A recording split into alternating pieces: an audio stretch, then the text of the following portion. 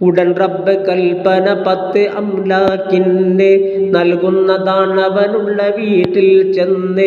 തസ്ബീഹ് തഹ്ലീലോട് കഴിയണമെന്നും അവനുള്ള ദോഷം മാപ്പു ചെയ്യണമെന്നും. ഈ രീതിയിൽ ഒരു കൊല്ലമായാൽ പിന്നെ ഇവർക്കുള്ള അമലും അവന് എഴുതുക തന്നെ.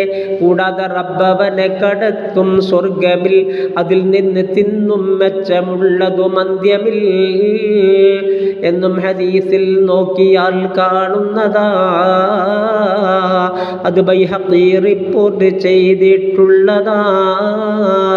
മാപധികമായി കൊടുക്കുന്ന മറ്റ് വിശേഷമാ, ദീർഘായുസ്സതു കൊണ്ടുണ്ട് എന്നും നിയമമാ. ഇബ്നുൽ മുബാറക്കിനോടൊരാൾ ചോദിക്കലായി, ഒരു വാക്യം പറ അൽ സ്വഭാവം വ്യക്തമായി. ദേഷ്യം ഒഴിക്കുക തന്നെയാണെന്നാണത് മറുപടി കൊടുത്തത് ചോദ്യകർത്താവിന്.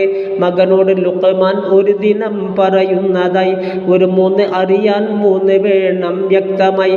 ദേഷ്യം വരുമ്പോഴാ ഹലീമിനെ അറിയല്, അതുപോലെ ധീരന് ഹർബിലാണ് തിരിയല്.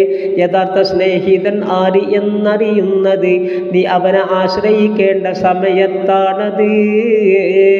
വാഗ്ദത്തം എന്തോ ചെയ്ത് എന്നാൽ പിന്നത് പാലിച്ചു കണ്ടാൽ സൽസ്വഭാവം തന്നത്. തെറ്റിൻ്റെ പേരിൽ നീ ശകാരിക്കുന്നത് ഹൈറാൻ പകയലുമെന്നുമാ പറയുന്നത്.